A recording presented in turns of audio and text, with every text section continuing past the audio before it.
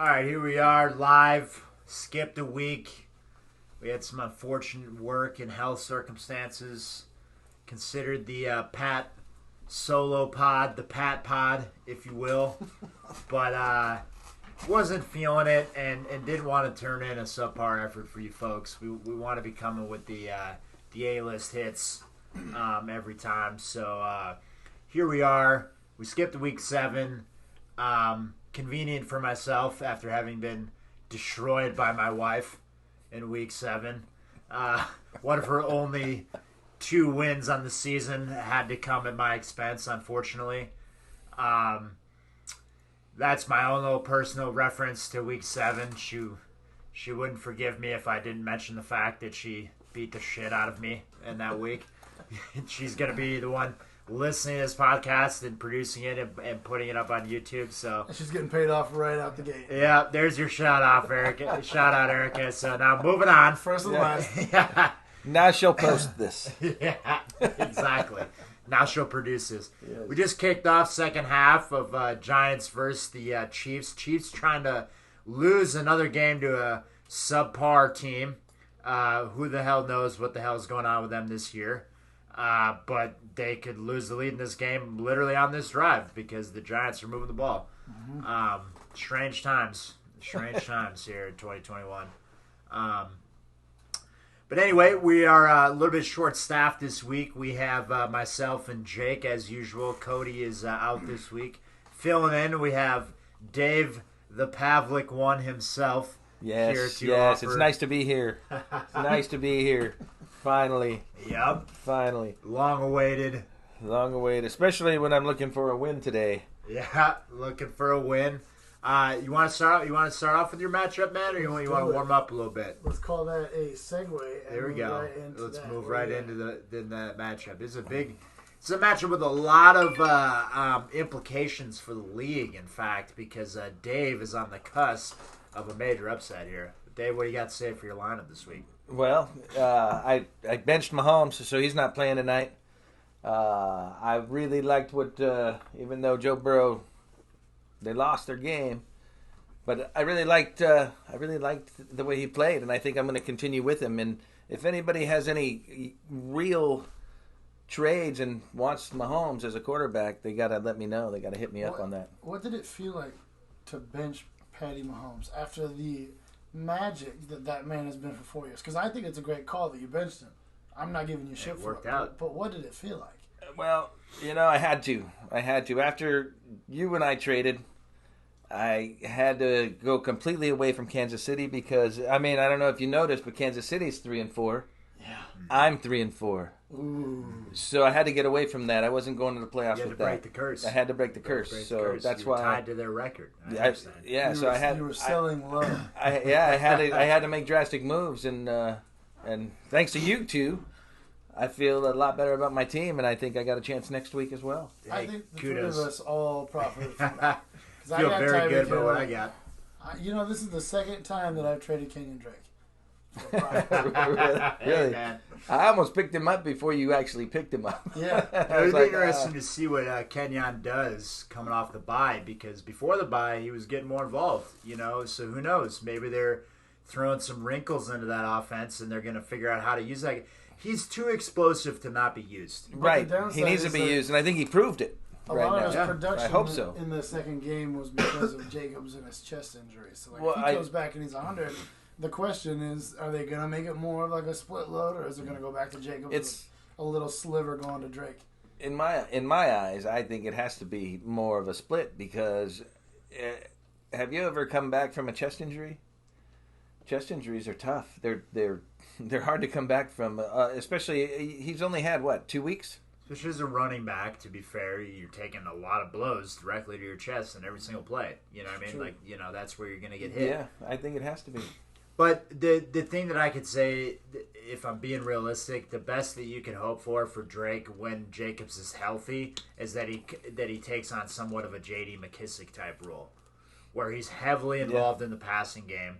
Okay, like the Raiders have been solid, but if they all of a sudden turn into a 500 level team, well, there's going to be a decent amount of games that they're trailing in. That's when you're going to get your value out of Ken and Drake. Right. You know, like when they're playing a game, when they're playing a team where they're heavily the underdog, when they're mismatched, like that's when you're going to get a big Ken and Drake game or the chance for it, in my opinion. Yeah, he's explosive. Yeah. He's one of those guys that can take it to the house from outside of the 20. Yeah, absolutely.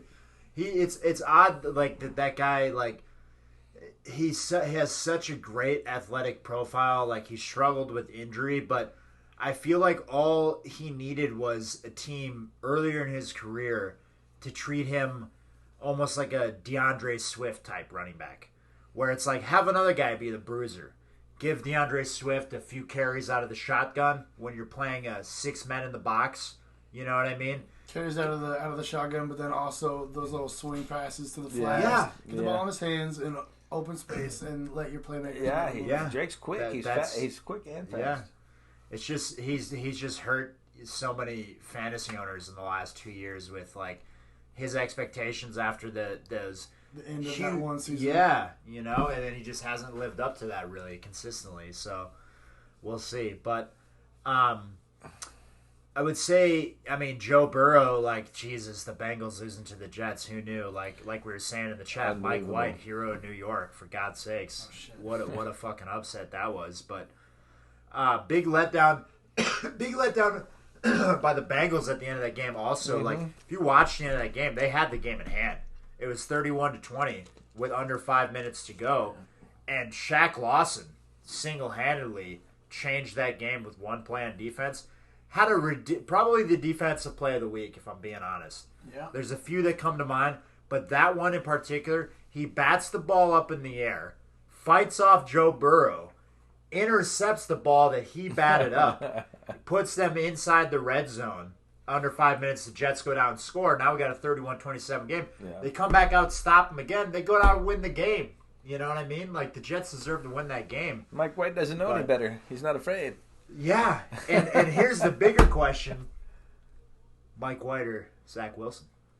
If Mike White plays good next week, neither one is the answer to that. Let me say something. Mike White looks pretty good, They're dude. both I see a trade Jets. coming for the Jets for one of those guys in the future. I think it's maybe too at soon. the end of the I think it's season. way too soon to Maybe make at the end of the that season. Well, you let this guy start another game or two, and he does the same thing. Who are the Jets? call. Maybe I would agree with you. Yeah, I believe the Jets are playing the Colts next week, if I'm not mistaken. But the Colts are a beatable defense. I mean, we just saw that with a subpar Derrick Henry. Yeah. And the Tennessee Titans. You know, there was one defensive touchdown that game, but they still put up, like, what, 25, 27 points? Like, yeah. The Colts are a beatable defense. So, you know, you get that team. Robert Saleh is a good coach. Like, he's a good coach. I believe that he will turn the Jets into an actual, and this might be blasphemous to say, competitive. I believe that man, ears, ladies and I gentlemen. believe that man and his leadership skills and the young talent that they have on that team, if they draft decently over the next year or two. Big if. Yes. If they allow fair, big if. To help. However, I think they have the right head coach to make that team into a successful team because What's you listen successful? What's the definition of this successful? Is that successful record? for the Jets is a 500 team that competes in division. I think You know what I I think it's successful also For right now, mindset absolutely. in the locker room. Mindset in the locker room. If they have the same mindset in the locker room, and you know, he was a defensive coordinator for San Francisco, and their defense was lights out when he was there. Yeah. It was lights out. I think he's going to be really good for the Jets, and I think the first thing you do with that team is you get their mindset right, and if you can get their mindset right, they're going to be an opponent that you're not going to want to face. That's exactly what I mean. And we're getting off topic a little bit here, but just to finish that, is that, like, he brings the right type of mentality and accountability to that team to change the culture there. Because they're coming off of one of the worst coaches that the NFL has ever seen. How many careers did Mr. Gase ruin? Submarine. Waste people's years of their prime with his terrible coaching in Miami and in New York. So it's a big cultural shift that needs to happen there. But I do see the potential for that to happen. He better start making some strides in the next couple of years because He's got 3 years. Are not known for their patience. He's got this year and 2 more. And if they don't have success within that frame, he's out. And he might not even have that many. He might have next year. I think by next year, I think that they're going to be a 500 team, and there's not going to be that easy pick on your football pool every week. It's not going to be there. You're going to have to be careful. It's a tough leap for me to say that a team can go from the punching bag of the league. Yes, I know they just won one game against an okay Cincinnati team that everybody's overhyping, but like to go from the bottom of the barrel to 500 is a huge leap, and to make it in 1 year. Their other win, I think, was against the Titans. Yeah, who are now the number 1 seed in the AFC. They've beat two at the time number 1 seeded in the AFC teams. Yeah, so I don't know. It's just crazy. I don't know. Yeah. Titans, even with Derrick Henry, is a maybe win your first round of the playoffs. Their defense is so weak. They're so vulnerable. And Tannehill's so. Yeah. He reminds me a lot of Jameis Winston anymore. Very mistake prone. He can have really good days. Yeah. He can have days where you wonder why he's a starter in the NFL.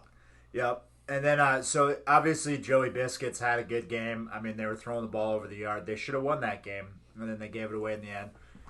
Chase Edmonds had a good showing, just splitting carries with Mr. Connor, and he's not the goal line back, and that's what hurts you. Luckily, he did get the touch. Right, early in the day. Yeah, first quarter, I believe. Yeah.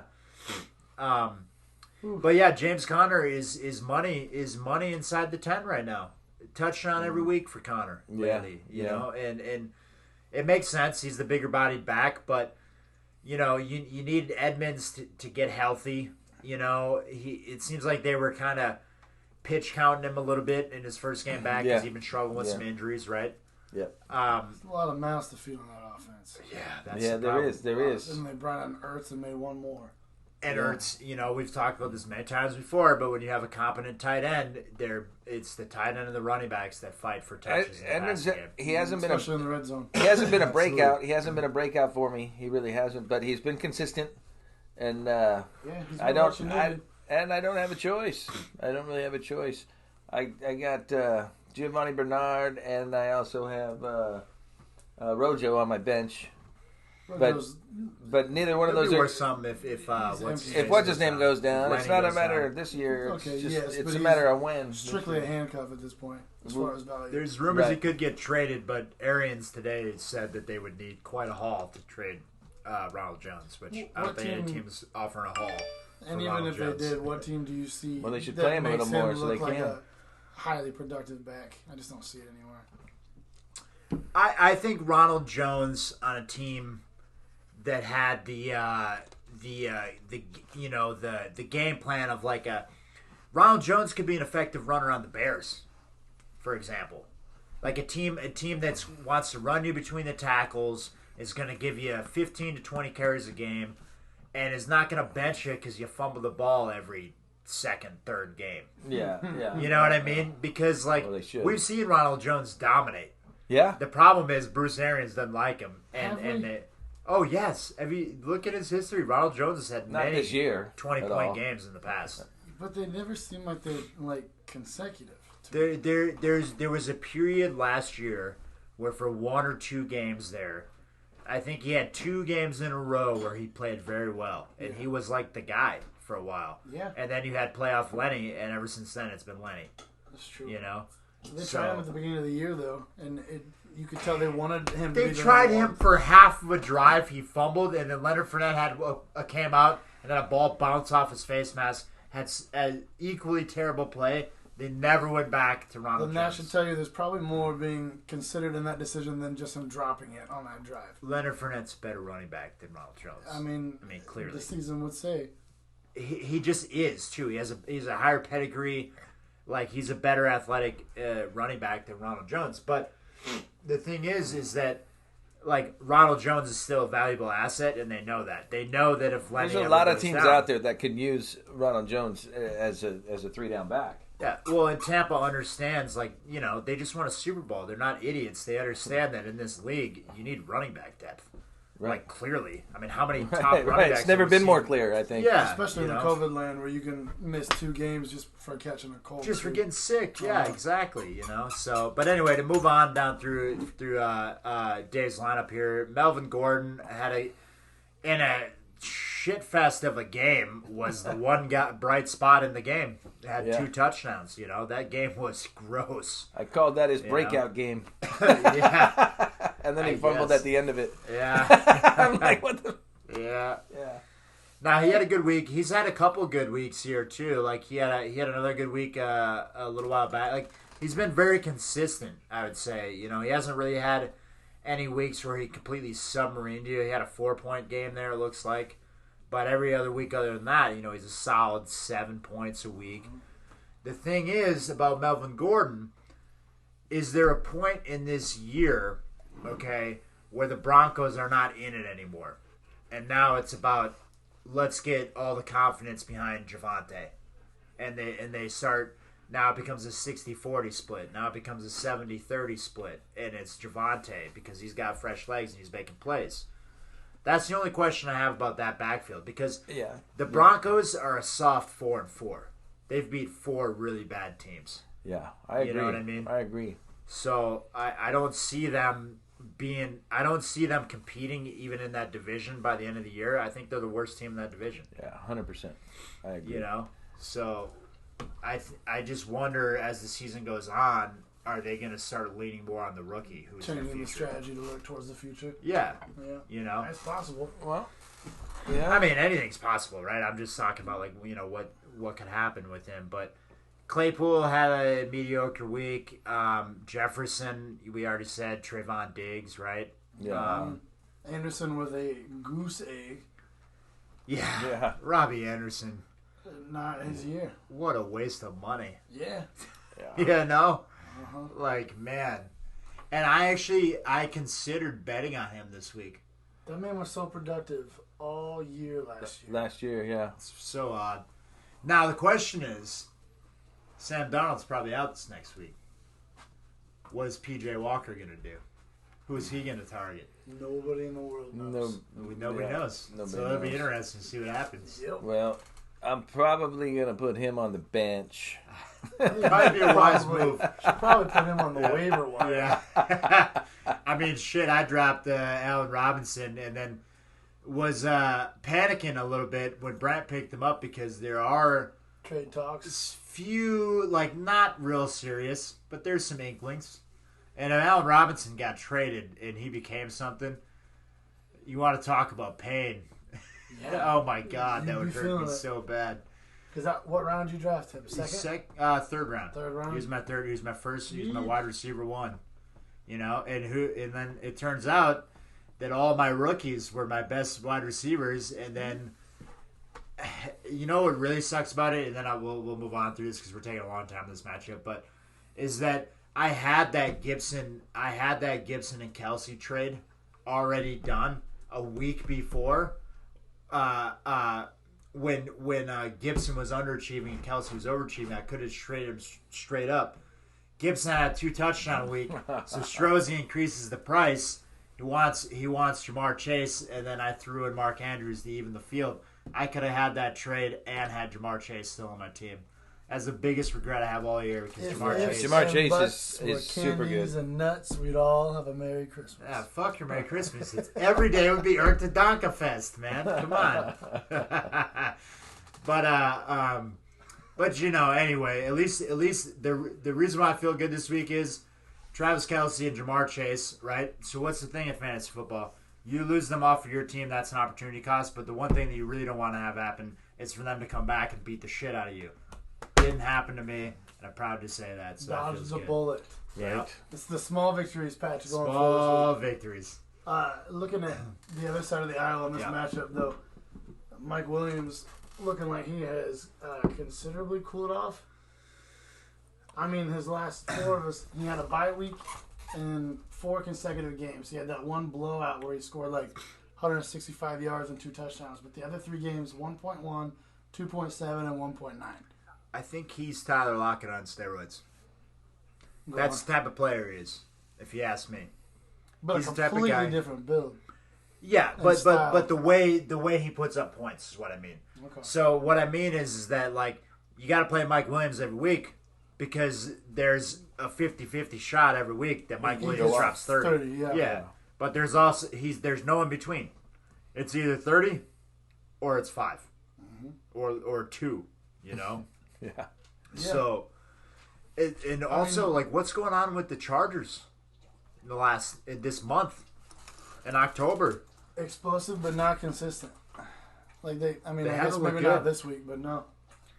Well, I mean, Baltimore, everybody seemed to be willing to chalk up to the fact that you got a West Coast team traveling all the way east and they came out flat. That can happen to anybody. I mean, shit, the Packers have won 7 straight. It's tough to win on the road. Yeah, exactly. So, that one we could chalk up. And then this last one, if we're making excuses, it's Bill Belichick. Beat the shit out of him last year. Seems to have their number. And honestly, Chargers should have won that game. They should have won that game. The Patriots got a defensive touchdown, and that was the difference. I mean, look at the 3 games he didn't. I think bring up a good point of mentioning the coaching. Because the 3 games where he put up his awful numbers, he went against John Gruden, Jim Harbaugh, and Bill Belichick. I think teams view him as the number one option that they need to slow down now. Yeah. And so when the Patriots, Belichick's famous, right, for taking away your number one option. Mm-hmm. He makes a point to make you have to go to somebody else. And obviously he's worked pretty well. I mean, how many Super Bowls have they won? It's a pretty good strategy. You know what I mean?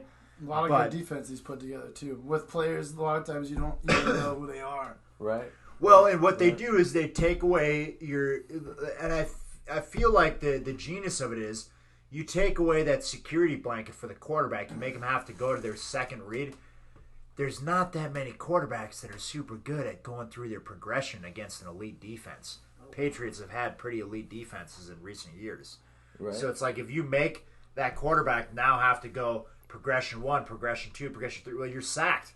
Right. Or you're under pressure at that point. Like it's not a bad strategy to go with. And I think it's just on the year, you'd have to say that Mike Williams is the number one option on that offense at wide receiver because he's the one that's been putting up all the big games, Well, yeah, putting up the big games and the one that gets all the attention from the quarterback when they're in the red zone. And then, to be fair, it would also lends credibility to that argument is that Keenan Allen had a big week. So all the double teams were going Mike Williams' way, and Keenan Allen, I think, had about 8 catches, 100 yards or so, and a touchdown. Yeah. So, Keenan Allen's not bad either. No.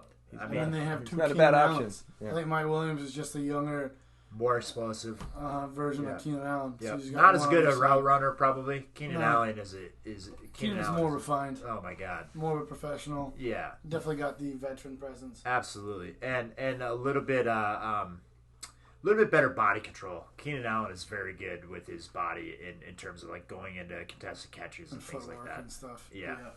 But who else we got on that team over there? What's that one below Mike Williams? Randall Cobb going off this week. The glory play of Randall Cobb. It was a smart play. 15 yards he had. That's it. Two touchdowns. If you know anything about Aaron Rodgers throws the ball to people he trusts. And obviously he has trust with Randall Cobb. Well, and then you're missing your number 1 and your number 2 receiver. Yep. And then your tight end which is why Randall's in the game. Yeah. And well, Amari Rodgers was there. But if you know anything about Aaron Rodgers, is he going to throw the rookie or is he going to throw to the guy he's throwing? He demanded Randall Cobb come back. They bring him back. So he's going to him. He's going to him. Randall Cobb has no business putting up any type of fantasy points in any offense in the NFL other than Green Bay. And it's only because of the connection that he has there. Right. And he's playing with a Hall of Fame quarterback that can put the ball anywhere he wants it. Right. And Randall Cobb knows where to be. That's all it is. Yeah, that's exactly what it is. It's exactly what it is.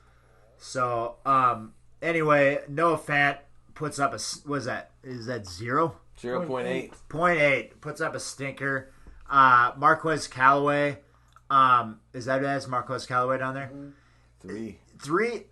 Honestly, Marquez Callaway to me felt like he made more plays in that game than 3 points garners because those. I mean, I know it doesn't make any difference for your fantasy matchup, Alan, but he made some big plays in that game. He was the one that caught the 15-yard pass that set them up for the game, the go-ahead touchdown at the end of the game there.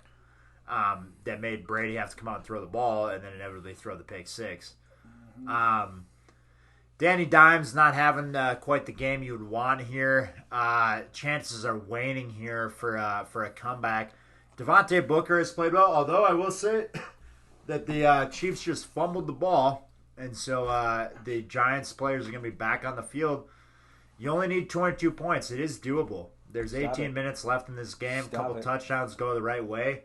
And Mr. Dave here could be the sad one. It's a stretch. It's already got him projected 99%. I think you can feel confident with this one. That was Kelsey who just got stripped too. That makes me feel a little bit better. Did he get stripped? Yeah. Oh yeah, he did. Dude, And then he hits it away like that. Yep. No other real notes on this matchup other than the fact that Allen's only dropping his second game. And he had baby. 4 people on a bye. Yeah, I mean you got Devontae. Whatever it takes. Out. That's my motto. Whatever it takes.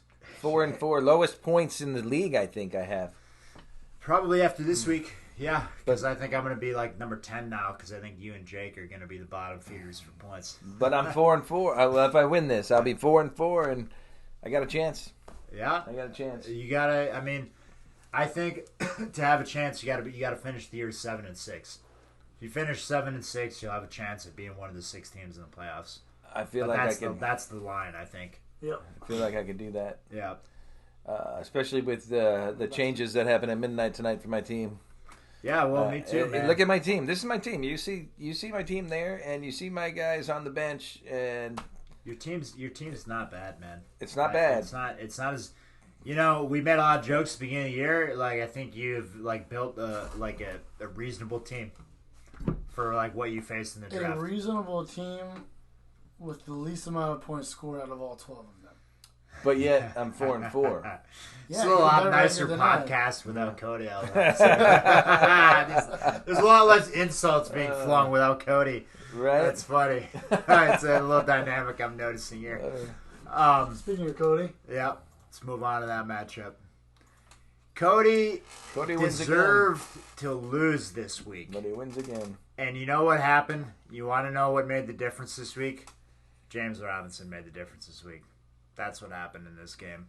James Robinson exited that game with an injury, and really, James Robinson and DeAndre Swift, who would have thought in garbage time for almost the entire game that DeAndre Swift is going to give you, 3 points? 3.1, yeah. I mean, come on, man. Can the former champ, catch a break here? Well, he lost by 4 yards this year, and then he goes up against Cody the 1 week where Derrick Henry tears his ACL, possibly breaks his foot as is well. That what it is? It's a Jones fracture, okay. And he is out for the rest of the year, folks. Yeah. 6 to 10, they said, right? He is out until the fantasy season is over. Yes. So for our intents purposes, Derrick Henry is a non-factor the rest of the year. He might come back for the playoffs should the Titans make it, which they probably will. I think Cody had a pretty brazen message he would like us to share. What's that? He sent it to the group. He said, tell Brant he couldn't beat me at my lowest. And then I'll love remembering that as I cuddle the trophy every night next season. Which is odd because that was after the news that Derrick Henry's out until the fantasy season's over. It's really quite odd because now he's a little short-handed at running back. I think Cody, without Derrick Henry, is done. He's done. In the swamp lane. He's done. He's 7-1 and done. He's going to make it to the playoffs probably because he's got enough talent to squeak out a couple wins, and that's all he needs for a wild card. Well, worse, he'll be 7-6. He also, now Cody is down his first-round pick, his second-round pick, George Kittle, okay, who has been the biggest disappointment. One of the biggest disappointments of the year has to be George Kittle. Yep. I mean, what has he done? Nothing. He's done nothing the entire year. I mean, put him up there with Allen Robinson. Even bigger because he had more draft capital. Yep. I mean, he had 1 game, double digits. That's it. So, I mean, Cody right now, he held the number 1 waiver position. Honestly thought he could have pulled the trigger a few times and already had a running back on his team for this moment. The question is now. I think him getting Derek Henderson probably. Daryl Henderson. Yeah, Daryl Henderson pushed that back a little bit because he's been performing. Daryl Henderson's been a monster. He has been. But. And when you got Derrick Henry and Henderson doing what they're doing, you're not thinking about picking up another running back. No, but think about the running backs that he's let go by now. He had a shot at Devontae Booker, okay, who's been a solid option. He's not even the best one. He had a shot at Khalil Herbert, who's been a revelation in Chicago. Right. He's had a shot at several running backs now, and he's let them all go by. And the question is, do you think Adrian Peterson is going to be as good of a fill-in as those guys would have been? I think no. I think no as well. That's what I lean because I think AP is older than the Hills. He's 36. Yeah. Also, we don't even know if AP is the guy. Maybe AP was the depth piece. Yeah, maybe he's the third down back. There's negotiations going on right now for all we know. Maybe it's Marlon Mack. Maybe it's Melvin Gordon. Who knows? And we're not going to find out in the next 36 hours before waivers clear. And the worst thing that could happen for Cody is that it's Melvin Gordon. Because now you have no option. Now you have, whoever's on the waivers. Yeah. There's a few. I'm not going to mention them because I'm in the top 3 waiver wire picks. So you guys feel free. Oh, you mention them other weeks, huh? But not I'll mention them other weeks. Hey, be consistent, Patrick. All right, we'll be consistent. The other waiver wire options this week, folks. God damn it. A.J. Dillon, phenomenal option, okay, out of Green Bay. Yeah. Phenomenal? Phenomenal Yeah, option. Yes, option. He is. He's a good option. A.J. Dillon is an option to play in your flex on a week when you're short-handed at running back because A.J. Dillon's getting 10 carries a week right now. Any game of the week. 10 carries a week is phenomenal. 10 carries a week when you have a running back on bye in a good offense that scores points, that's going to be on the goal line, okay? Don't talk him out of it. No, what I'm saying is it's challenging it, that's all. A.J. Dillon is a good option at running back as a depth piece on your bench because if you go down to Derrick Henry, you could put A.J. Dillon in and you get 7 points. Okay, that's better than the situation with, I know we're not on this game right now, than what Trish is facing right now, where she's throwing guys in there that are getting you 2 points. She ended up winning this week, sure. I mean, Todd had some unfortunate circumstances. He traded for Calvin Ridley. Who knew that Calvin Ridley was going to decide to pull Simone Biles? Well, yeah. I mean, and it's like, you know what? I mean, if the guy is really facing some demons in his head, like, there's nothing more important than, like, not imploding in your own dome. But yeah, like, realistically, good for him fantasy wise. It fucking sucks. Fantasy wise, it sucks. Especially for Todd, you know. And I was wondering why is Todd snapping on people so much about this story. And then I realized that he just traded for him, and I was like, "Oh, that makes sense." Yeah. And so I'm on his side. It's like, hey, man, I'd be frustrated. He was too. a little upset. He was at the house last night. From his wife? Yeah. He traded Trish for Ridley.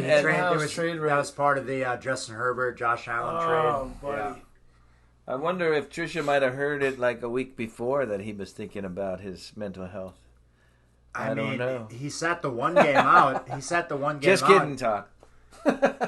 But he also hasn't, like, to be honest with you, like, if I'm looking at it as, like, from the process as, like, a fantasy football player, I thought it was a brilliant move on Todd's part when it happened because you're trading for a player that's underperforming that on average should return to the mean. Yes. And he's buying him low. Yeah. Nobody knows that this guy is going to decide to Calvin Ridley's a great receiver, though. Absolutely. And he's the number one receiver. When Calvin Ridley is Calvin Ridley. Right. Yes. Right. But he has not been Calvin Ridley this entire year. I mean, he's underperformed the entire year. 2 touchdowns through his 5 weeks of play. And thus he's stepping away from the game. There's something, who knows what's going on. It's none of our business. But, like, I mean, it just, like, the best piece that he got out of that trade was he got Michael Carter. Because Michael Carter, I think, now is going to continue to have weeks as long as Mike White is the quarterback. Because some piece that Zach Wilson and whoever else in New York doesn't understand is that Michael Carter is a good running back. Throw him the ball. Like, you know what I mean? He could be a Alvin Kamara light out there. He had 14 targets this last week or some shit. Like, I mean, but anyway, we're getting way in the weeds. I just want to make a note back on Cody's team. Yeah. 4 quarterbacks on his roster. Yeah, Cody's got a quarterback issue here. Teddy Bridgewater, Russell Wilson, Tyrod Taylor, and Derek Carr. I don't know what we're doing there. He doesn't know when anyone's buys are. Injured reserve. If you got Russell in the IR slot, why do you need Tyrod? Russell's coming back. He is. Not this next week because it'll be a bye, but he's coming back probably the weekend. So why do you need Tyrod? Yeah, well, he's just not trading or he's not taking anybody. He's just sitting right there at that number 1 spot still, right? I do. Yeah, but like you know what I mean. Like so. All right. So anyway, to discuss more on like with Cody and this Derrick Henry situation, and then we need to move on and we need to talk about Allen's team. But like, Brandt's team. My bad. I'm caught up on the last matchup. But the situation for Cody is that like you have AJ Dillon on waivers. You have Boston Scott, who I would probably put as my second guy because for some reason the Eagles. Now, granted, they're playing Detroit. And Detroit Eagles like him, though. They like run the ball on Detroit. However, they ran the ball for like the first time all year. The Eagles decided to run the ball. If that continues, well, they've decided that Kenny Gainwell is not going to be their 3-down back, clearly, because you signed Jordan Howard off your practice squad, and you gave him split carries with Boston Scott, and Kenny Gainwell was irrelevant. You had 2 touchdowns each go to Boston Scott and Jordan Howard. And, I know the Giants are about to take the lead here, which is incredible. Fourth quarter. 3rd down. Fourth quarter in Kansas City. The 2-5 Giants are about to take the lead on Patrick Mahomes and the Andy Reid Chiefs. And there it is right there, folks. Kadarius Toney. Now, Evan Ingram. The 1 week we don't bet on Evan Ingram, he scores a touchdown. That's 6 more points for motherfucker Joe. So out of those Philadelphia running backs, who's the more attractive pickup this week? It's Boston Scott. You think so? Absolutely. That's the way I would look. Because Boston Scott is ahead of Jordan Howard. Jordan Howard only played as a change of pace back to Boston Scott because of the fact they were winning 31-0 in the 3rd quarter. Do you think it turns into a timeshare? I think the only play that Jordan Howard sees in a close game is if Boston Scott doesn't have fresh legs, they bring Jordan Howard inside the 5. That's what I think. So to me, you have if you're talking about your top 3 waiver wire pickups, it's AJ Dillon, Boston Scott, Adrian Peterson. Those are the top 3 backs this week, if you ask me. Okay, so you'd take Adrian Peterson over the guy that's already been taking reps for the Titans? I'm not saying you're wrong, but I don't think why are you signing Adrian Peterson to your practice squad if you're planning on? We just talked about perhaps he's just a depth piece. That's possible. 36. So I only said that if they trade for somebody and bring in a younger back like a Marlon Mack or a Melvin Gordon. If they don't bring in anybody, I think Adrian Peterson is your first and second down running back. And then Jeremy McNichols becomes your passing down back. And then nobody has any value. Adrian Peterson at 36 is still in really good shape. How do we know this? The guy is, because he takes pride in his body. And he looked okay with the lines. Listen. He took 15, 20 carries. He holds the ball. Yeah, he doesn't get any. He's physical like Derrick Henry. He's a runner that the timing of Derrick Henry and the timing of Adrian Peterson is going to be very similar when you're going through those lines. And I think he'd be a good pickup for them. But he is 36. Will they last a week or two? Cody to burn his waiver wire position on Adrian Peterson is what I think you're trying to do. I think Cody wants every chance I can. I'm going to take an advantage. If I know Cody, like I think I do, I think he wants AP on his team. Well, I know he ain't going for Boston Scott because Cody fucking hates Eagles players for some reason. Yeah, they're trash. They're trash. Eagles players are I trash. feel you on that. Fuck Philadelphia and everybody with that awful Eagle wing on the side of their helmet. Miles Sanders was going to be good and then he got hurt. Yeah, all the Eagles players are going to be good until they're not and they go somewhere else. Miles Sanders started that game the first drive. Had 3 carries in the first drive and then he got injured on the second one. Yeah, he's a schmuck. Yeah, but anyway, so Cody ends up winning this week. Tough loss for Brant. We'll go down Brant real quick. Tom Brady, good game. Obviously threw the pick 6 at the end. Brant was let down by his running backs. We already covered that. DeAndre Swift, James Robinson, Sounds like James Robinson's going to be okay, actually. When yesterday ended, apparently people were far more worried about James Robinson being the one with a season-ending injury rather than Derrick Henry, and then it flipped. When Monday hit, James Robinson looks like he's going to be fine with a little bit of rest and recovery. Derrick Henry out for the season. Fantasy season, maybe comes back for the playoffs. DeAndre Swift's going to be fine. Rough week.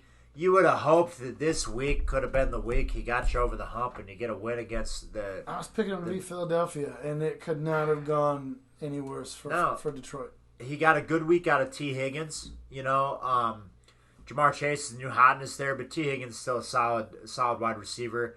Zach Ertz didn't do much. The Cardinals pulled a Minnesota against Dallas. The Cardinals pulled that same type of effort against the Packers. You got your entire starting lineup on the wide receiver side out for the Packers, and you can't show up at home in the Cardinals and put a win on them? Embarrassing. Like, there's no other word for that other than embarrassing. The Packers had no business winning that game. That's why I was so excited when they did. It's about 3 games the Packers had no business winning. I'll say 2. Everybody else, we whooped their ass. Well. I would expect you to say he still owns you all his life. He said, right. His words, not mine. Yeah, this fuck. I mean, come on. And they did too. Let's be real. Anyway, the Bengals. He's 13-3 against us in his career. So you know what sucks? Yeah, exactly. You know what sucks? Fair.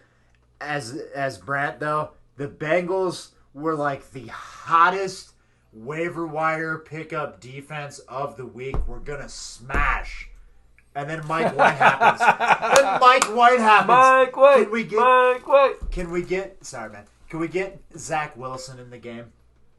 Because I think if Zach Wilson's playing that game goes way differently. Yeah, you got 40 points on your defense. Yeah, it's unfortunate. Yeah, but I mean, if that would have happened, Brant probably wins this matchup. Yeah, it's rough. Anything could have gone a different way in this, like one of 6 different things to sway this way. Yeah, I mean, a lot of things, it is what it is. But at the end of the day, Cody's going to get Russell back here in a couple weeks.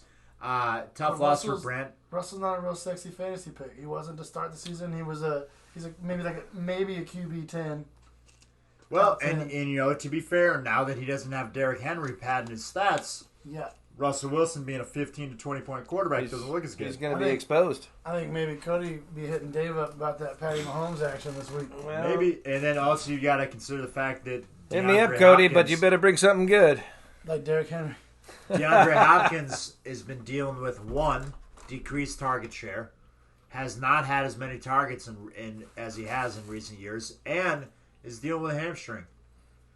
Yeah, he can't be. He has 10 days rest, granted, so he'll probably come out healthier. But 7 touchdowns through 8 weeks.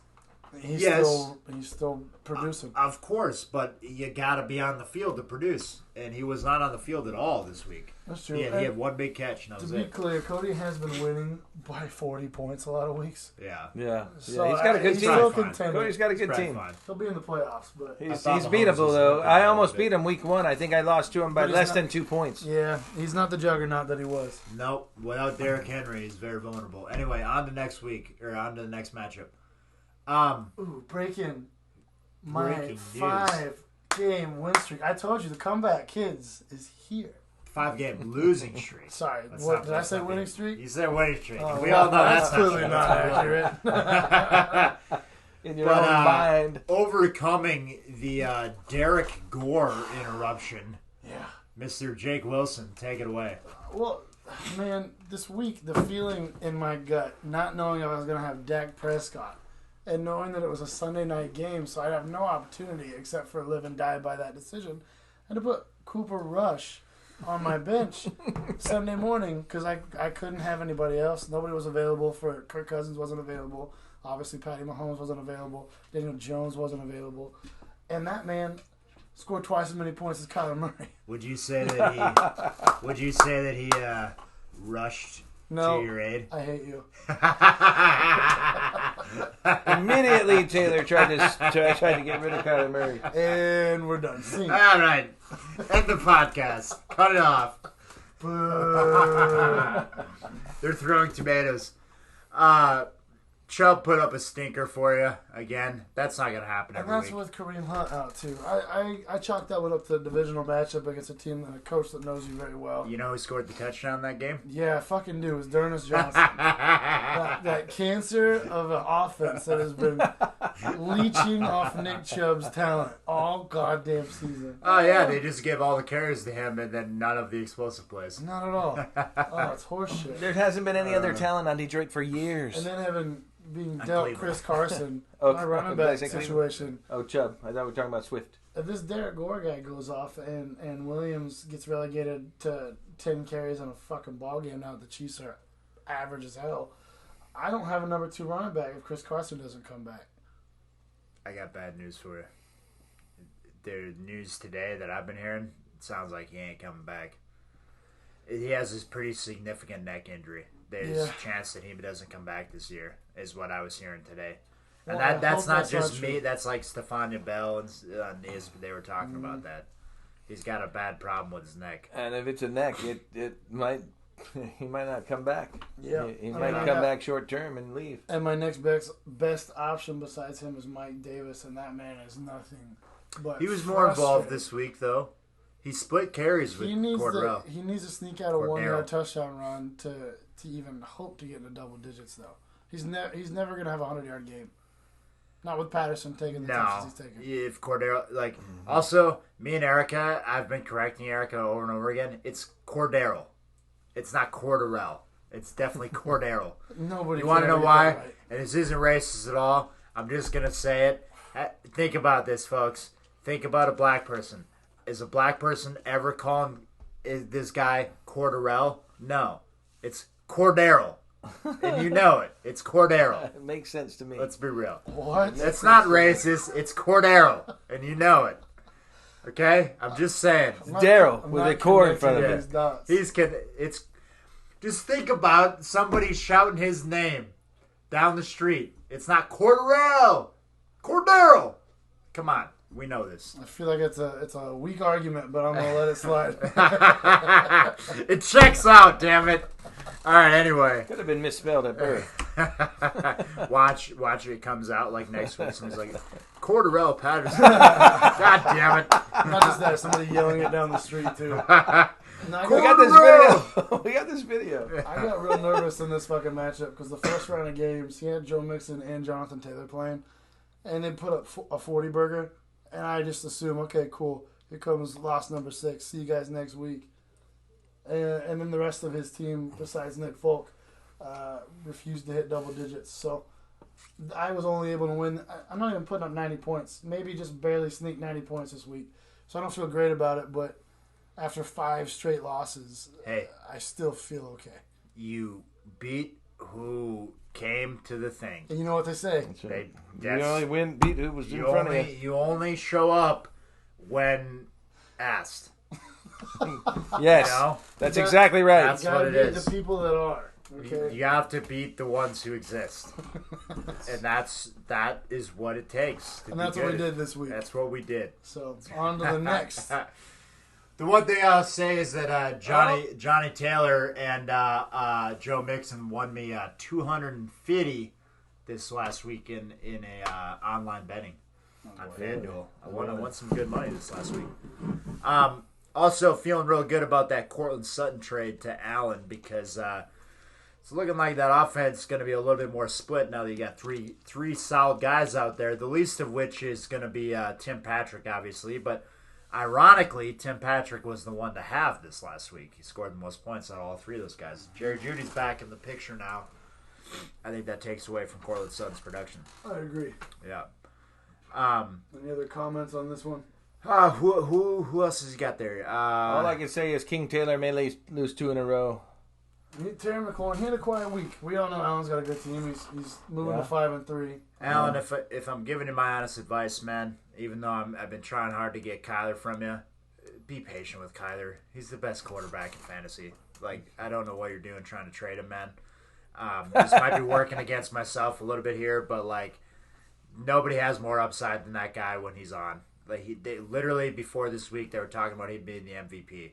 2 busted weeks, and he's still the quarterback 5. Yeah, like, let's be real. In the best division in football. Yeah. And by the way, I think they're still leading that division. Yeah. I might have just they're tied. They Cody's have chances to trade for him. same record as the Rams, but I think they won the head-to-head, so that gives them a nod. Yeah, listen, man. Every player in fantasy has weeks where they don't overachieve, but he's been doing it more than most. So I would be patient. Next matchup. All right. So now we have the marriage battle, the second edition, with Todd and Trish this week, and it was a close fought one. Very close, scrappy matchup here. Highest scoring matchup. Smart move by Todd, teams. though. Yeah, between the overall between the two, huh? Combined score. Yep. Todd here to touch on his team real quick. Just let down by several positions which you would not assume would let you down. I mean, Kyle Pitts was in a good matchup against a vulnerable Carolina team that's been underachieving. And with no Calvin Ridley on the field, and puts up, what, 1.3? Yeah, 1.3. I mean, come on, man. Yeah. You got to you're a top 5 tight end. Give me 5 points. Like, what are we doing? You got outscored by C.J. Uzomah.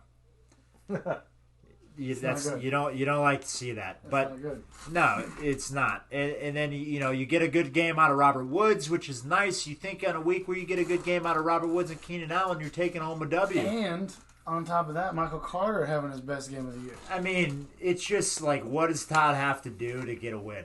I understand the frustration. If I had Todd's team and kept losing, I couldn't, you know what I mean? It's a similar situation that Erica's in, to be honest with you, because in terms of running back depth, I don't think there's a team in our league that has better running back depth than Erica.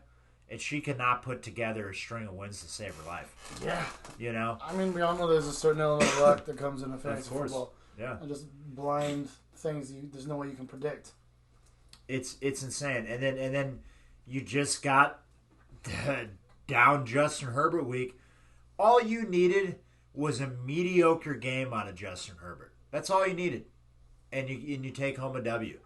And then even with how bad Josh Allen played, he does so much with his legs, and he did so much at the end of that game. And he has an organization and a coach that just so much support. They put it all on him. Yeah. All the production goes through him. The running goes through him. Everything else goes through him as well. Mm-hmm. And Jesus, it just came out on the wrong side of that trade in the head-to-head, but.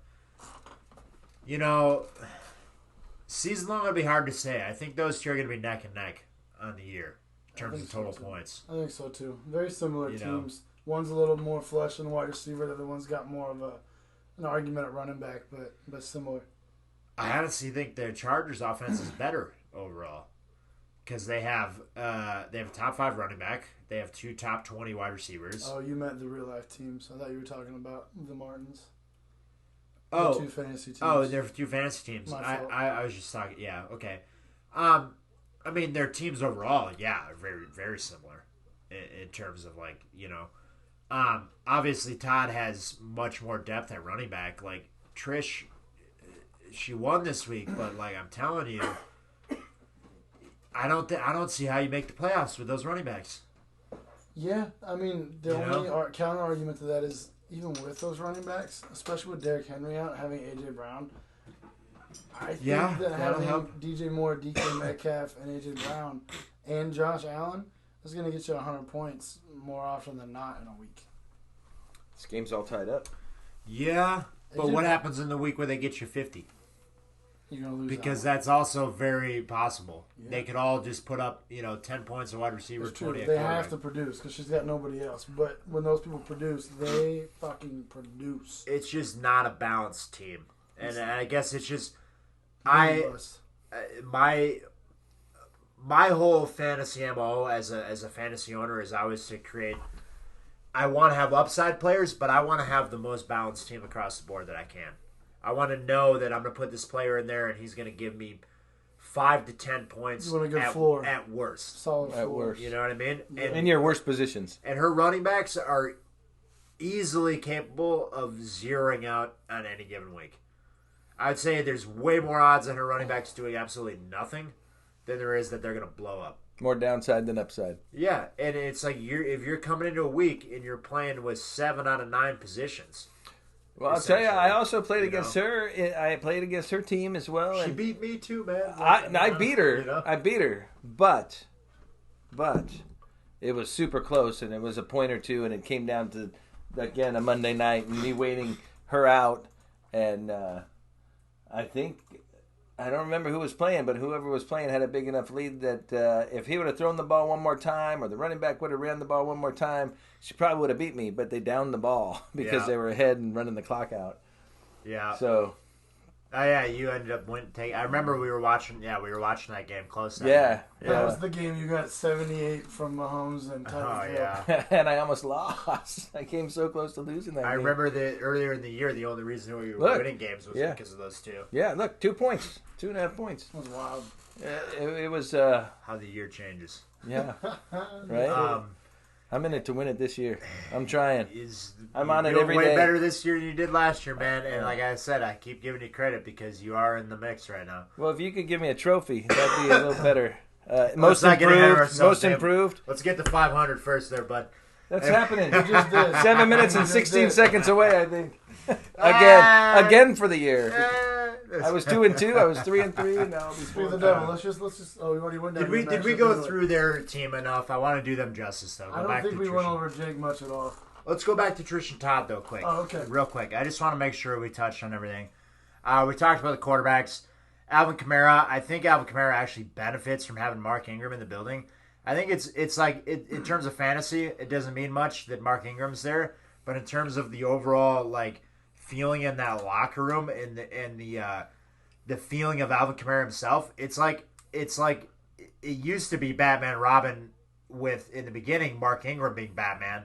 Now it's kind of switched. Like those two are like a tandem, and honestly, I think Kamara has more confidence. He has more fun playing ball when that dude's on the sideline with him. I think you're 100% you know what I mean? right. And I think it's only going to mean good things for New Orleans. We talked about Michael Carter. We talked about Keenan Allen. T.Y. Hilton's probably out. How do you think Kamara's value gets affected with James being out now? I don't think they're going to go back to... So two things. Okay. If we're talking waivers again, I don't like to do this shit because do your own research, folks. But Taysom Hill probably coming back. May not be back for this next game. Is probably going to be back for the one after that. Taysom Hill on waivers is probably the number one waiver wire quarterback. Simply because he can throw the ball. Look at what he did last year. Look at the stats he put up. Extremely athletic. And he will run the ball. He's and got they utility will out the yin yang. They will design runs for him inside the 20, and he will put up rushing touchdowns. If he's a starting quarterback, he's going to run for 2 touchdowns. If you need a quarterback, go look at Taysom Hill. And there was the 1 week where he was tight end status but played a quarterback. Yeah. You never know, man. It's a wild card with that. That's not going to happen this year again, but like what's going to happen is that happened against me. You against me that week. What's going to happen then is if Taysom Hill comes back, he's going to come back like if he comes back and he can stay healthy, he's going to have Michael Thomas within a couple weeks. So then that offense looks a lot different. And then I think Sean Payton is one of the best coaches in the NFL. He knows that they were struggling earlier this year when they were not throwing the ball to Alvin Kamara. I don't think they're going to go away from designing plays where they throw the ball to Alvin Kamara. No, that's what I think. So I think Alvin Kamara has kind of got over the hump, and I think he's going to be more like his old self for the rest of the year, to be honest with you. I think so, too.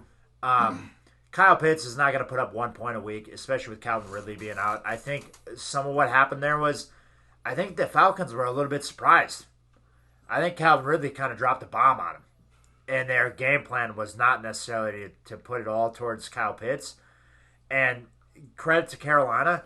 Carolina adapted quickly. Stephon Gilmore was all over Kyle Pitts. Carolina has a good defense. They have Stephon Gilmore now.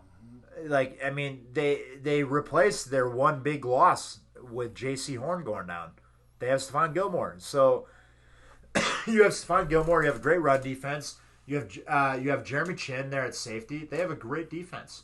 If they could only find a quarterback, they would be a playoff team, especially with CMC coming back. But what else do we got there? I think that's Todd's team pretty much. We said, Trish, you got to find running backs. You have great wide receivers still. Above great. Her wide receivers are. Yeah, the best, but you got to, again, I feel like you got to have balance. But I agree. Anyway, we can go on to the next matchup here. And then perhaps the last one? We got one or two left, I think. Did we touch? Oh, yeah, we have your matchup coming next. We got one or two left. The dumpster fires against the above-average Jakes. Trevor Lawrence, really? You're goddamn right. I started Trevor Lawrence, and it was almost a complete implosion. And then right at the end, because Urban Meyer is a terrible coach, and he left his franchise quarterback in when they were down 24-0, and then kicked an onside kick that resulted in a touchdown for Seattle when Travis Homer took it 40 yards for a touchdown. Then, with 40 seconds left, puts Trevor Lawrence out there inexplicably again when he's the future of your franchise. Put him out there again to get, I don't know, annihilated, tear an ACL, whatever the hell could happen. Put him out there again, but you know what? I wasn't complaining because I benefited. He was at 1 point in the deep into the third quarter. He had 1 point, and I was panicking. He put up 11 points in the last 15 minutes of that game, simply just because they were throwing the ball over the place. And he ran it a little bit.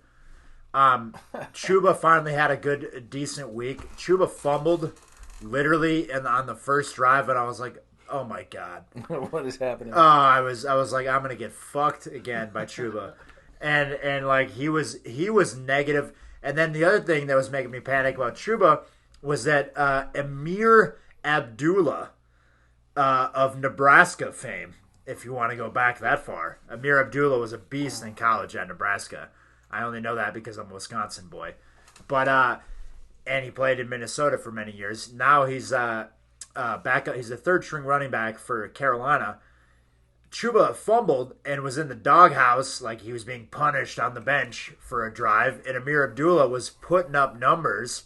He came in and put up 25 yards in one drive, and I was like, you got to be kidding me. It's going to be Amir. Is kind of like the Derek Gore experience that's going on in this game. Like, is he going to be the one? Although following the stats since we started, he's gotten 2 carries since you guys arrived here. Yeah.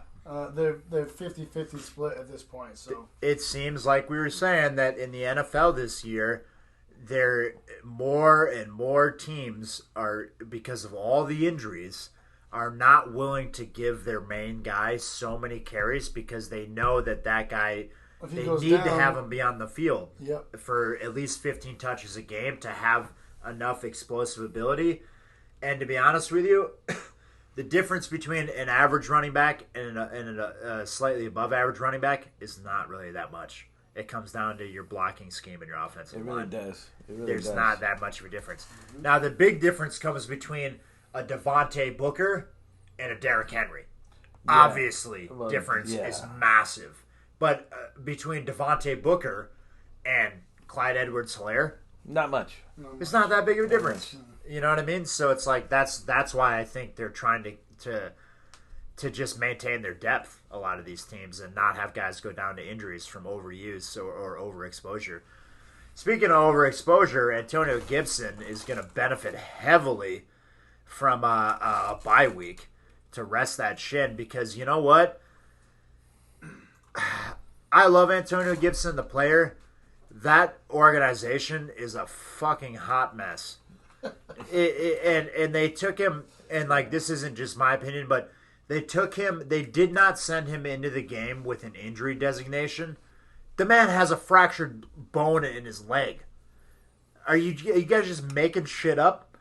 Yeah. You know, they don't want everyone to know, man. But you want to know a little inside baseball here, or a little inside football? They just say inside baseball because that's the convenient thing to say. But inside football, Washington's head trainer has been indicted on drug trafficking charges. Wow.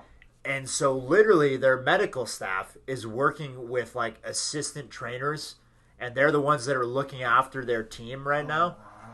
And so things are getting missed is what you're saying. It's a shit show, and the way that they're like designating injuries, like, to be honest with you, I feel like the NFL should look into that, and I feel like there should be some fines headed Washington's way, because you do have to report injuries that will impact the performance of your players. And he has a fractured bone in his leg, and they did not list him on the injury report coming into the game. Yeah, that's almost not unethical, but shady. It's the same reason, like, in the court of law, you have to, like, show your evidence and your argument to the other lawyers so that they can actively prepare. You do the same thing with your opponents in the NFL. There's money being bet on these games. Yeah. And, I mean, obviously, nobody that's sharp money is going to not know that Antonio Gibson has a fractured... You know what I mean? We're not idiots. Like, a fractured bone doesn't heal in a week. Right. You know what I mean? Yeah. But, like... He is going to benefit. Maybe some swelling will go down. Maybe he can get in the hyperbaric, leg chamber, heal it up a little bit, pull the TO treatment. I don't know. Do anything, dude. I've been trying to trade Antonio Gibson around, and I feel like I'm shooting myself in the foot here. Patrick, but I hate to be the one to say it, but Miles Sanders, McCaffrey, and Gibson, it looks like your team is the team running backs go to die. Apparently. Miles Sanders looked like... I know you and Cody have this eternal Eagles hate. Miles Sanders, literally, and you can see it in this Detroit game. Sirianni realizes that to win games, they have to run the ball. And at the beginning of that game, hand off Miles Sanders, hand off Miles Sanders, hand off Miles Sanders. 30 yards on 3 carries. Okay? Goes down on the IR 3 weeks. Fuck my life. Okay? Like, he was about to actually gain value, and then he got injured. So now, like, that... You know, I mean, that's just fucking fantasy football, but... Yeah. Do you think you're going to get McCaffrey back next week? I don't... If I'm being honest, I think McCaffrey is not a Week 9 thing. I think he's coming back in Week 10. Okay. He's not practicing until Wednesday this week. There's a chance he comes back this week. I've been trying to trade him to Bailey on that basis. We'll see. McCaffrey's available for trade, folks, but if I'm being honest with you, this is who I want. I want Alvin Kamara. I want Zeke Elliott. I want Austin Eckler. I want Najee Harris. Somebody of that caliber. You want a number one running back that's actually playing for your number one running back that hasn't played in 7 weeks? Yeah, but could potentially be the best running back in football now with Derrick Henry out. Could be. Well, so I'll give you Mahomes. The question's open. Yeah, that's not. But why give up somebody who's going to put up? Like, I don't have any of those guys. So this do is we just not remember what Christian McCaffrey is when he plays? Yeah. What are you gonna say, Jake? But, like, if I got a guy like Zeke who I can almost count on. Mahomes just threw an interception under 5 minutes. I'll give you him. Yeah. Give him away. Or Najee Harris. Like, he's going to put up 15. Easy 15. Yeah. Maybe 20, maybe 25. And hasn't had any injury problems. Why would I roll the dice on trading one of those guys for a guy that might get 3 more points than that? Because it's not 3 more points. Do you not remember? Okay, when McCaffrey is McCaffrey, okay? When McCaffrey is truly McCaffrey, he did not put up. He put up 20 points there. Those were floor games. When McCaffrey was McCaffrey a year ago before he got hurt, it was like 25, 30 points a week. That's a valid argument, but a lot changes in 3 weeks, much less 17. So, like, the guy hasn't even cracked 20 points in the 2 games he did play. If he comes back, and he only played 2. More. If he comes back, okay. So the same argument could be made about Dalvin Cook. Dalvin Cook, like earlier in his career, right? He had some good weeks, got injured, out for the season. Came back, good weeks, injured, out for the season. Comes back. Has he been injured long-term since then? No, he's missed like a week here, a week there. To that argument, I'm also not trading Ezekiel Elliott for Dalvin Cook at this point. Why wouldn't you trade Zeke for Dalvin Cook? You think Dalvin? You think the same Zeke injury reasons that would keep me from trading him for McCaffrey? That's fair, but if I go in for a championship run with McCaffrey on my team and I beat somebody named Mr. Strozzi who could have had him versus Najee, then we'll be the ones smiling. But yeah, if ifs and buts, but like that's a lot of speculating about it's almost a Christmas. Guy who hasn't put up 20 points this year and hasn't played in 6 weeks. I think there is a chance. Yeah, to be fair, of course, I understand why people are hesitant. Like it's the same reason why I want to trade him. We're all I'm trying to find somebody who believes. Seems fair for Mahomes. Sexy appeal, though. If you believe that McCaffrey's going to be the one to change your season in fantasy this year, come with the trades. That's all it is. But anyway, I personally think that he could be. You need a quarterback, but man. I want somebody that I think is also going to not be injured. So Patrick, you need a quarterback, you need to trade man. for a quarterback. There's so many quarterbacks available on waivers, guys. I do not need to trade for a quarterback. You put up 13 points with your waiver quarterback. Look at who Tua is playing next week, and then tell me I need a quarterback. Tua is looking more like a bum every week he plays. No, Tua put up 15 against one of the best defenses in the NFL. Yeah, that's why we don't need a quarterback next week. Because he had one rush. He's playing Houston, and then he's playing Baltimore, and then he's playing New York. Like, we're gonna be fine. You might be. We're gonna be top of those fine. Jets. Jets week 11 are gonna be tough, the Dolphins bro. Have been Burrow still put up 27 points. The Dolphins have been mentioned in trade talks with Tua, so he's not. No. They have bought in on him. No. Yeah. No. It's not gonna happen, but they're in talks. Okay. They were in talks. Brian Flores has believed in Tua the whole time. The front office of Miami has been in talks because if Deshaun Watson's available, you enter talks for Deshaun Watson, no matter who you are, unless you have a Aaron Rodgers, Justin Herbert, Josh Allen, like Dak Prescott. Yeah, exactly, same. Yeah, but like if you don't have one of those guys, if Deshaun Watson's available, let's have a talk. Like, you know what I'm saying? Like, yeah, who knows how long he's available for. Hey, positive news for Mr. Strozzi while we're on this matchup. Kelsey just pulled out a negative for the first time. Yeah, because he just fumbled. So, hey, feeling better about that trade as we speak. The Chiefs looking like they're going to come down and take the lead finally here. Yeah. McCole Hardman had himself a game. Pretty sure I bet on him in a few lineups on this game, so that's nice. Jamar Chase, glad he didn't destroy my soul as he's so capable of doing. It makes me so sad that he's not on my team. He dropped a touchdown ball this week.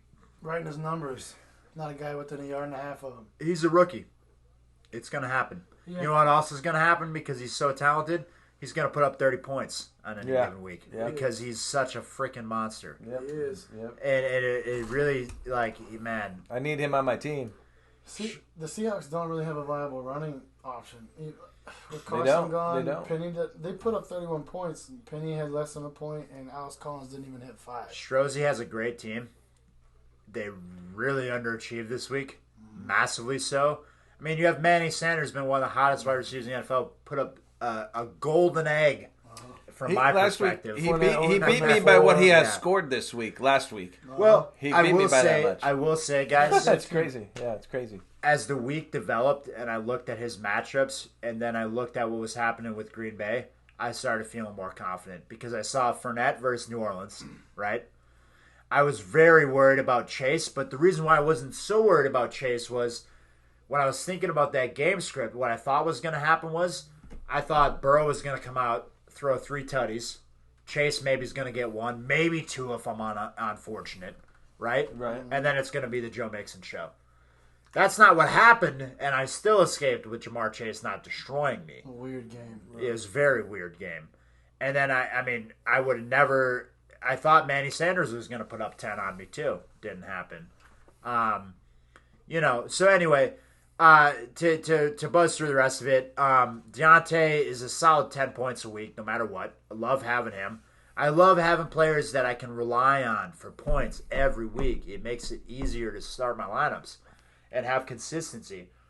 And then think about who the other team has matchups against and try to game plan a little bit. That's how I like to play. Oh, your team's, even though you struggle at quarterback, your team's pretty damn good too. It's very consistent. Your wide receivers are your strength, and you've built that throughout the season, and now you're using that leverage to try and piece in other things in an intelligent fashion. I think you bringing in Jefferson this week is good for you, and it's good for Dave because Dave needs the depth piece of 2 guys that can also produce, and you're getting a top 3 wide receiver. Yeah. And obviously underperformed this last week, but again, Trayvon Diggs, when you go up against a top flight cornerback, there's a good chance that you're going to underperform. And we all know Kirk Cousins is garbage in prime time. Yeah, and the Cowboys got a good pass rush. Like, say what it is. I mean, Micah Parsons is a monster. That's without DeMarcus Lawrence, their best pass rusher. Yeah. They did lose a linebacker this week. He's out for the season, but he's like their number 4 guy. I will say, Micah Parsons, for God's sakes, dude. All the buzz is on Trevon Diggs. Micah Parsons, dude. I saw that, man. I mean, how many plays does a team get on offense a game? Like, even if it's a high amount of plays, 50, 60? Maybe. Parsons probably had a significant impact play on 10 plays. He's turned into the unsung hero because Trevon Diggs had 7 interceptions in 6 games. But Micah Parsons is every bit as talented. Pressures, tackle for losses. Arguably faster. Can cover running back in the flats. Yeah. There was a play where Alexander Madison caught the ball and had a step to the edge. Parsons solo tackled him for a 3-yard loss. Alexander Madison's not a bum, dude. You know? He can run to the sideline as fast as anybody I've ever seen. Yeah. He's the kind of guy, you have people like J.J. Watt, like DeMarcus Lawrence in the past, like DeMarcus Ware, that are the utility guy that can go from the will linebacker and roll over the line and play the tight end, strong side, defensive end. Well, Micah Parsons, while not built like them, is built like a safety that can also play linebacker, that apparently has pass rushing history and can play on the D-line too. Where can you not put that guy? He can play any position other than corner. Yeah. I would say. That's true. He could play like a Jamal Adams safety position. He could even play a nickel corner, I would say. I would say he's so fast he can make up for so much lax room, you know? His best position is like a 3-4 edge rusher though. That's his best position. That could also drop into like a quarter flat. Yep. That's his best play. Him coming over the edge, he's so fast. Those linemen that are 320, he's the kryptonite for a man that's 320 pounds because you can't move fast enough. And he's not big enough for you to get your hands on him. No, he's not. He can get low, get around the corner. Yeah, no, I agree with you. Anyway, we should run through the rest of this because we've been running long. We've been talking a lot this time, but that's what people tune in for, you know? I think if you look at Strozzi's team and you look at it position by position, he's above average at every one. Absolutely. And you count his depth, he's above average at that too. So. He's going to be fine. He'll be in the playoffs. I don't see how he doesn't make the playoffs with that roster that he has. Najee, to be honest with you, I think Najee's the most durable running back in the NFL now with Derrick Henry being gone. 100%. Why you say it on a podcast, I don't know. But why am I saying that on a podcast? Because I've been trying to trade for. Listen, like you better pay Mr. Strozzi $5,000 and offer him a piece if you want Najee Harris. I offer to take Najee and Chase off his hands. Yeah, good luck. I did. Oh, did you? Yeah. I've offered a lot of things too. He shut me down pretty quick and said, "Are you fucking serious?" I don't think anybody's getting Najee from him. I offered him 3 players. Final one. Final one. Highest score of the week. Final matchup. Miss Bailey taking down the wife, Miss America here. Really did not go Erica's way in the Sunday night matchup. That was the difference here.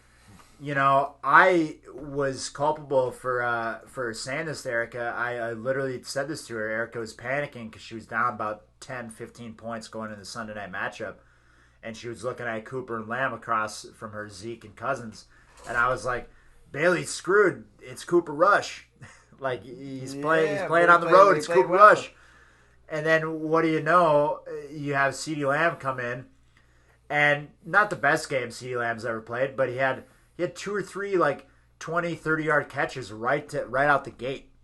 And then you had Cooper obviously be the one to end the game for him. We were saying it all night. You know? Cooper. But pulling the Randy Moss on that catch. Yeah. That was good. And who knew they were going to put a 30-burger between those 2 receivers with Cooper Rush? Yeah, exactly. That's bailed why. him out. And then you would have thought that with a backup quarterback in the game, it was going to be a Zeke game. Mm-hmm. You were going to ride Zeke to victory, you know? It was such an odd game. I honestly feel like the game planning in that game was not really what was beneficial to either team. I felt like that both teams should have focused way more on running the ball. I mean, obviously you can't fault the Cowboys because they won the game, but it's like, you know, if it was me, I'm giving Zeke 20, 25 carries, and we're playing defense. That's what I would have done. Zeke gets 20 carries, Pollard gets 15. Yeah. Schultz gets about 8 targets. and you just move the sticks. But Giants got a minute 7 to try this game. Credit to Cooper Rush, man. He fucking showed up. He had a rough start to that game. He looked rough, but they have an offensive coordinator that's going to be a head coach very soon, and he knows his staff, he knows his personnel, and if Cooper Rush is doing that, it's not because of Cooper Rush, it's because of Kellen Moore, and it's because of the talented receivers. How about this? Well, you got to give Cooper Rush some credit, though, Jake, because you know as well as I know, you could be coached all the way, but if you go out there and your heart rate goes up or whatever happens, you still got to perform. You still have to perform. You got to do it in practice, in the locker room or in the film room, and on the field. Minnesota's not an easy place to play either. No. It's loud as shit. Those fans get into it. They got that big Viking horn. Easily be 5-2 right now.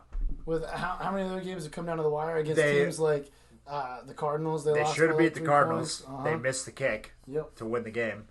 They showed that graphic during the game, and there's like 4 of their games or 5 of their games. 6 now if you count the Cowboys one that have come down to scoreless. They are the team. They have the most games that have been decided by a single score. But that's Kirk Cousins, man. He's not clutch. Kirk Cousins can't put a game away to save his life. He cannot. If he's got the ball with 2 minutes left, his own 25, I would say there's a 30% chance he's gonna be successful. So why are we not throwing screens? Why are we not running the ball with Dalvin Cook? What are we doing? Can I ask you guys a question? Receivers and an incredible running back. If Kirk Cousins was on the Rams, would you be talking to him this way? Because I put Matt Stafford and Kirk Cousins in the same exact category. I think they're in the same tier. Not even close. I think they're the same category. I think Stafford's a little better, but Matt Stafford. Okay, so if we're going back to letter grades, I'm gonna put Kirk Cousins at a C+.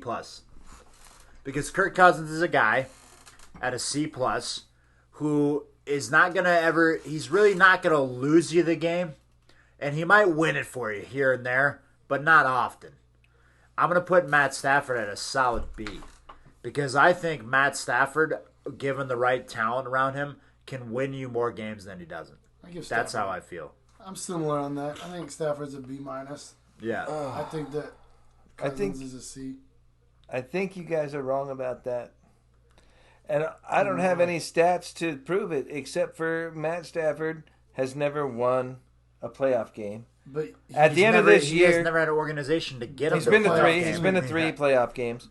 He's lost all 3. He will. And when the Rams go this year, and they lose their first playoff game because of Matt Stafford, what kind of celebration am I going to be able to expect when that happens? You're going to expect none because they're going to be in the NFC Championship game, and they might lose that one, but they're going to. They have to win a game to get there, and that's not going to happen. Not with this quarterback, and I'm telling you. Your argument makes it sound like you're making Stafford's talent directly correlated to the team. You're not taking in the supporting cast at all, or the coaching, or the GM. He's never had anywhere close to the defense or coach. I'm taking in the accuracy of the ball when it comes to a playoff game. He hasn't even been close to accurate. You can look him up. There's 3 of them. There's 3 playoff games he was in. He's had one guy. He had Calvin Johnson. Look him up. He threw to more than one guy.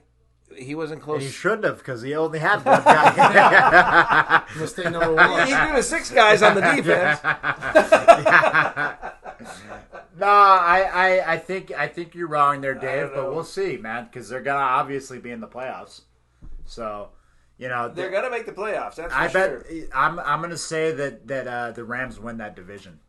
To be honest with you, Rams don't win that division. Arizona wins that division. Rams go wild card and lose the wild card, which is even crazier. Even though the Cardinals beat the shit out of the Rams earlier this year, the juju around the Cards right now is not bueno.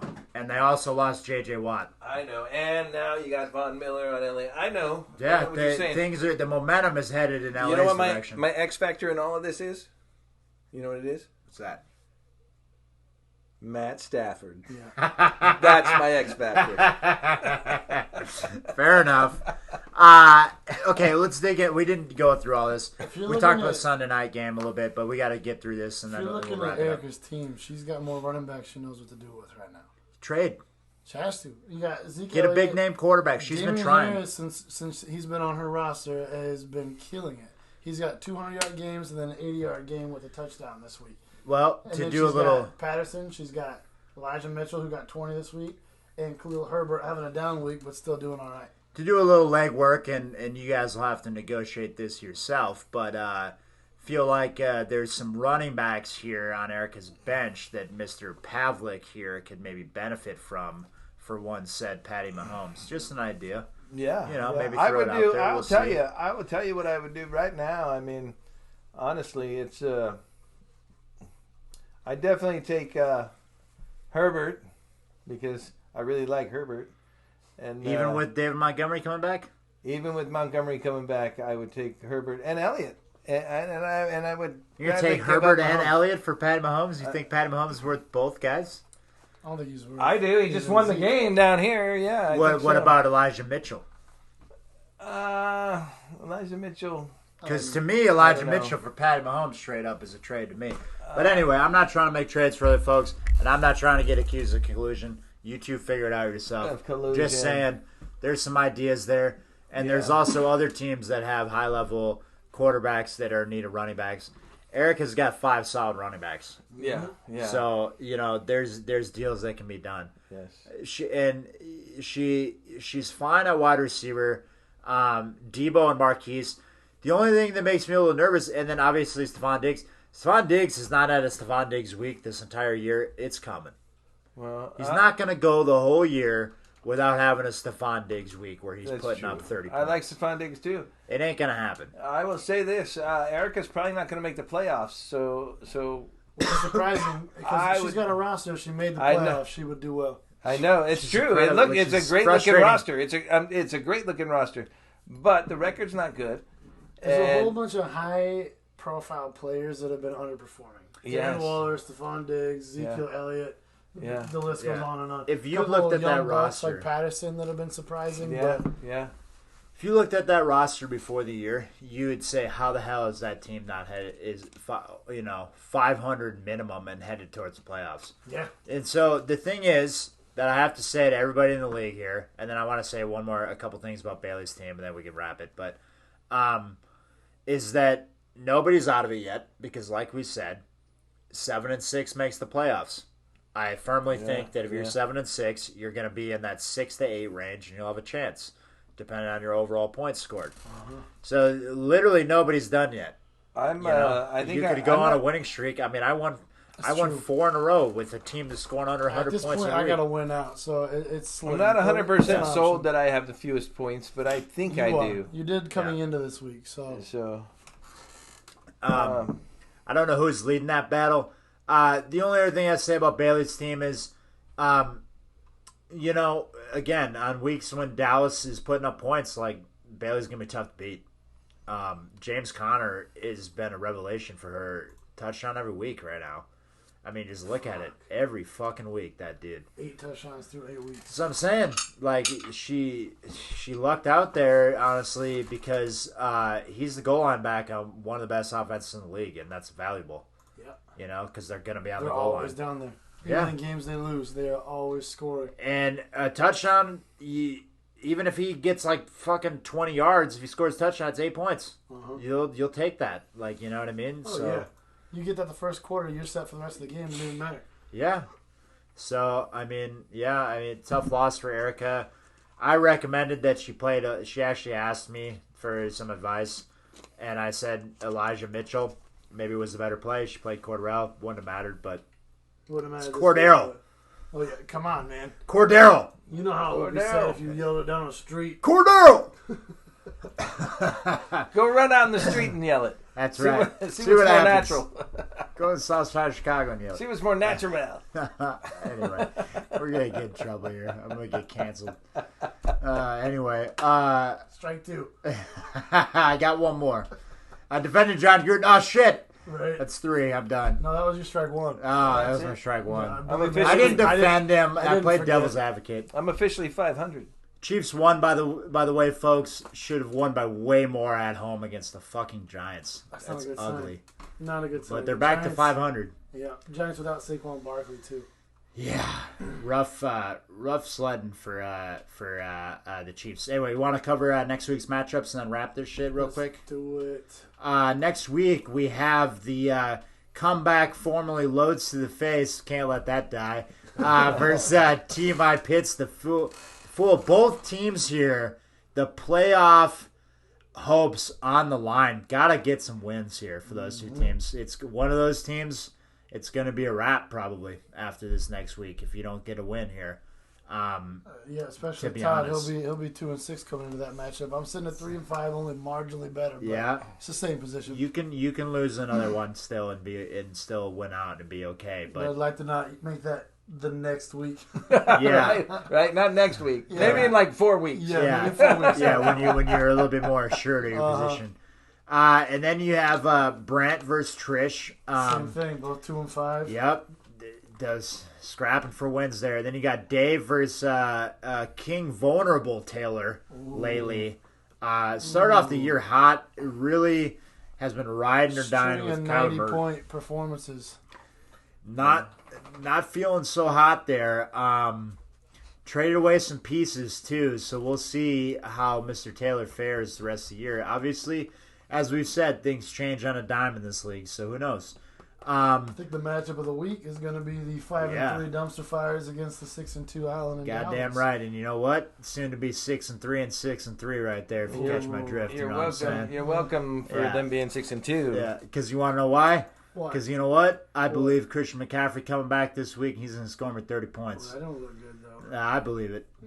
Man. Don't worry about it. I believe it. Don't worry about that. Oh, yeah. Okay. Hey, I don't care. I don't care about those positional advantages. Looks like you got Gibson on the bye. You got Godwin on the bye. What say you? What say I? I say Justin Jefferson is what I say, and Deontay Johnson and Jalen Waddle against Houston Texans. That's what I let's say. wait till midnight and reassess.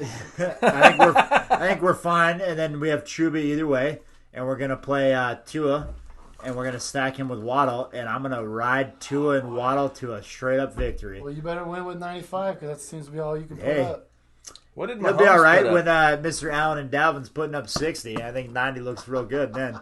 And then we got Bailey versus Mr. Strozzi.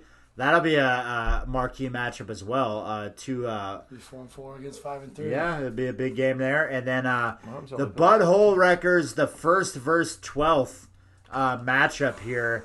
Man, would we love to see a takedown by Team America herself and reverse wreck the Butthole Machine himself.